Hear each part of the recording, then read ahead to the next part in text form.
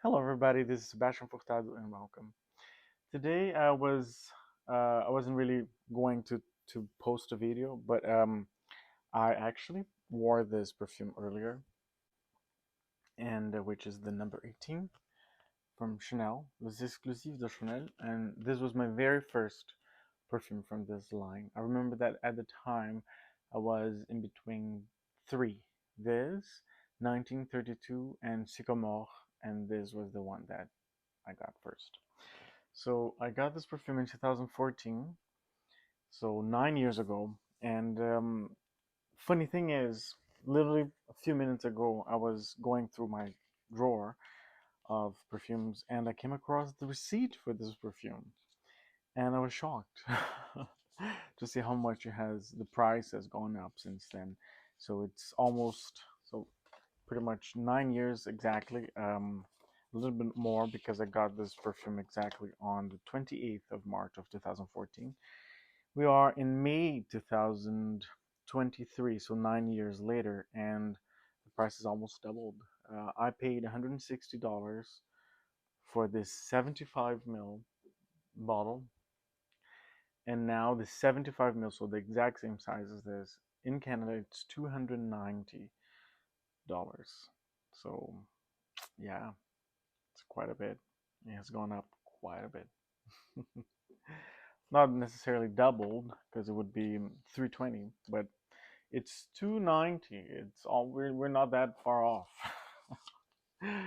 So that's shocking. But oh well, you know, price of everything has gone through the roof, and Chanel is definitely no different.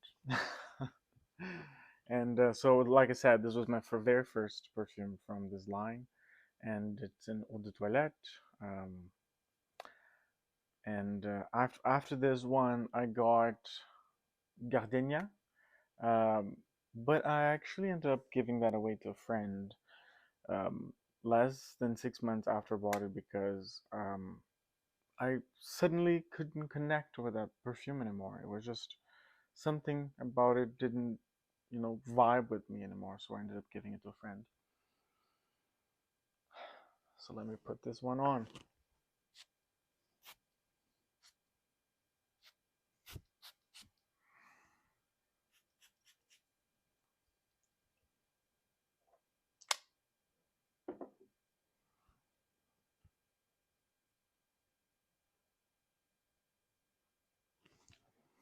On my skin, this perfume comes across as it's very dry. It's a very dry perfume, and it's woody. Um, most of all, it's woody and musky at the same time. Very clean musk, very clean wood, very soft and polished wood. Um, Sorry about that ding. Yes, people say embret seeds or embret musk. I don't quite know the difference, but to me, this perfume is a perfect description of unisex, and but in a way that I find very androgynous. If there's a perfume that, to me, conveys the image of an androgynous person, this is it. It's I. It's very hard for me to picture somebody, specific type of person wearing this perfume. That's perhaps why I think of androgyny because it's. I honestly don't know what a perfume like this. There are some that can, that can evoke this, but nothing that I know that is like this. It's cold, but it's warm at the same time, slightly, and like I said, very sterile. It makes me think of metal, but it's not that cold. And I printed out the description of this perfume by Chanel, the inspiration. So number 18 is a fragrance with fruity and syrupy notes that evokes the splendor of Place Vendôme, whose octagonal shape inspired many of Gabrielle Chanel's creations. The square is now home to the Chanel Fine Jewelry Boutique, located at number 18. Um, Place Vendôme, for those of you who don't know, it's a square in France, in the heart of France, and not far from the Louvre, the museum. It's a beautiful square, and that's where the Ritz Hotel is. And it's a very, it's a very beautiful place, and it's very, I don't know what's the word I'm looking for. It's very intimidating in a way because there's a lot there. There's a lot going on, and in terms of um, it's a very subtle um, kind of luxury because there's a lot going on there. You have all the big stores there. You have the Ritz, and it's very close to everything else in the heart of Paris. And it's just a beautiful square. But it isn't a square for people to hang out in terms of their trees and benches or anything like that. There's literally nothing like that. It's literally just a square, like in the middle of buildings, pretty much. But it's beautiful, beautiful place, and the shape of the square, which is octagonal, I think it says. Yes, octagonal. Is exactly the shape of the cap of the classic Chanel. So the number five, that cap, the shape, it's very much the shape like the square. So the composition, number 18, is a fragrance in the image of precious gems, unique and intense. The warmth of ambered seeds, heightened with notes of white musk and geranium, lends it a vibrant trail. Um, and the inspiration, the life of Gabrielle Chanel was closely linked to Place Vendôme. Mademoiselle lived for a long time at the Ritz, and the octagonal shape of the square inspired many of her creations, particularly the design of her fragrance bottles and her watch faces. Number 18, Place Vendôme is home to the Chanel Fine Jewelry Boutique. This perfume came out in 1997, and the creator behind it was Jacques Polge. His son now is the one in had oh my god in charge of creating the perfumes for Chanel. Olivier Polge, I believe his name is. Yeah, Jacques Polge, Olivier Polge. I think that's it. If I'm wrong, forgive me, but I'm pretty sure it's Olivier Polge. And it makes sense, like reading this, it makes sense to me why it's hard for me to picture someone wearing this, but mostly, uh, you know, materials like metal and gemstones in a way too. It's so unique. It's incredibly unique, and I have a really hard time describing this perfume because it's very ethereal. It's Yeah, I have, I have a really hard time describing this.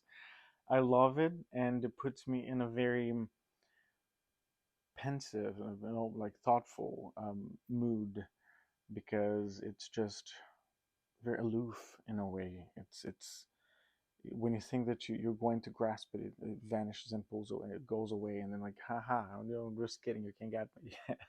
Like Catch Me If You Can, one of those kind of perfumes, and but yeah, like some people say it's soapy. I don't get soapy. Um, to me, it's a beautiful balance of woody notes, woody facets, and musky, like a very clean musk. Maybe that's why people think of soap because of the clean musk. Um, but I don't get that. No, that soap as per se, like a soap. Um, yeah, some people say there's a lot of pear in here too. I don't get pear.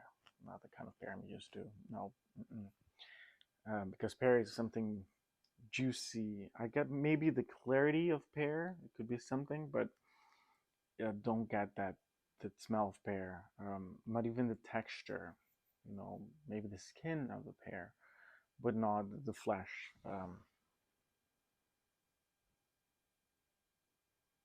Yeah, it's clinical. There's something clinical in here. But yeah, if you are into scents that are clean, um, slightly woody, musky, um, you know, ethereal like this. It's very ethereal in a way that on my skin it lasts quite a bit, and I put on quite a bit of sprays, and even though it's a light scent in in its profile, I find it to last quite a bit. But it's not, um, it doesn't diffuse the whole lot. You don't. People like using the word projection, but project is when you throw something and something physical. Um, so you're projecting something projectile, and but this to me, like, I like using diffusion because scent diffuses, and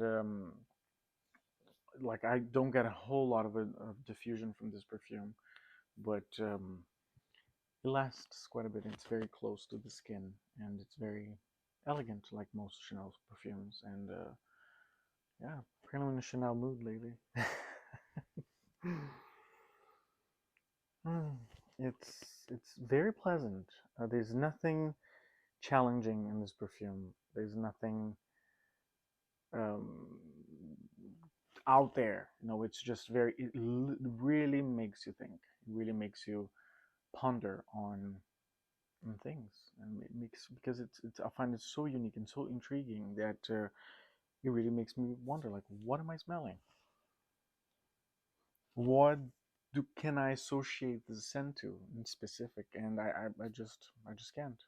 I have a lot of memories with this perfume because it's been in my possession since 2014. I wore this a lot in Brazil when I went there in 2015 and 16, and yeah, I love it. Thank you so much for your time, your attention. I really appreciate it. Hope you have a wonderful morning, afternoon, day, evening, night, wherever you are in the world, and the world needs more beauty lovers. Bye.